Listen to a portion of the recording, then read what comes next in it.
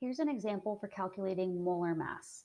You're going to be asked to fill out something just like this, but for a different compound. The compound we'll do in our example is water, H2O. The first thing we need to do is look in the periodic table and find the molar masses of the elements that are comprising H2O.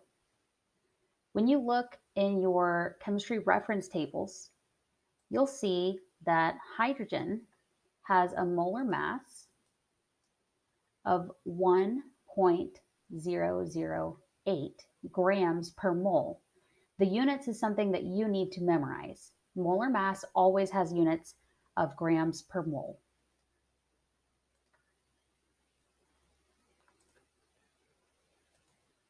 We're going to put that number in here. The molar mass of hydrogen is 1.008, and make sure you include your units. In this problem, you'll get 1 point for the correct molar mass and 1 point for including the units. You can write grams per mole like this. Now let's look for the molar mass of oxygen. Oxygen has a molar mass of 16.00 grams per mole.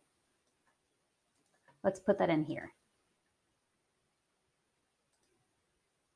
I like to change my color to blue just because it helps me keep track of what is my answer and what is part of the problem's prompts.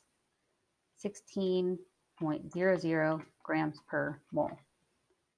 Next, we have to find how many moles of each element are in 1 mole of the compound. The element H2O is actually made of 2 moles of hydrogen for every 1 mole of oxygen. It might seem really strange to say that we have 3 moles total of elements to create 1 mole of a molecule. But remember that we're just saying how many molecules we made. Well, in H2O, it takes 2 hydrogen atoms for each 1 oxygen atom. So it makes sense that it would take 2 moles of hydrogen for each 1 mole of oxygen to make 1 mole of H2O. So for hydrogen, our answer is 2. The way we know that is the subscript always goes with the element symbol right before it. The moles for oxygen are just 1, because when you don't have a subscript in front of the element symbol, you assume that it's 1. Next, we have to calculate the mass from each element in 1 mole of the compound. What that is saying is, all right, well, how much mass is that then in the 1 mole? Here it's telling us that 1 mole of hydrogen has 1.008 grams per mole. But what if we had 2 moles that is contributing to 1 mole of H2O? We need to find out the mass that would be. You can get it at your calculator if you like. I'll just do this in my head. 2 moles of hydrogen will be written out like this. And you need to show your work for this part so that I know that you know how you're getting this answer. 2 times the molar mass of hydrogen, because we're having 2 of those, 1.008. Make sure you include your units. That is part of the points here, grams per mole. And that's going to equal 2.016 grams per mole. Make sure you include your units for each step. Let's do the same thing for oxygen. It's just 1 mole in H2O, so we're going to do 1 times, and then the molar mass of oxygen comes in here, 16.00 grams per mole.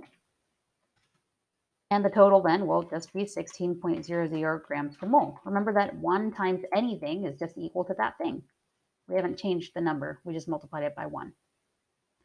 Next it says calculate the molar mass of the compound. We need to show our units for this too. To find the molar mass of H2O, we just take the mass from hydrogen and add it to the mass from oxygen. We already did the step of including how many moles of each element there were, so we can literally just add up these numbers that we found here.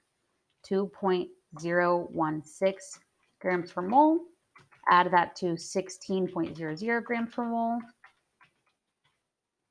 and that will be equal to 18.016 grams per mole. You'll probably see this rounded a lot to just 18 because it's really close to just the number 18 grams per mole. And once again, the units do count. So I'll need to see units with the correct values for each part of this problem.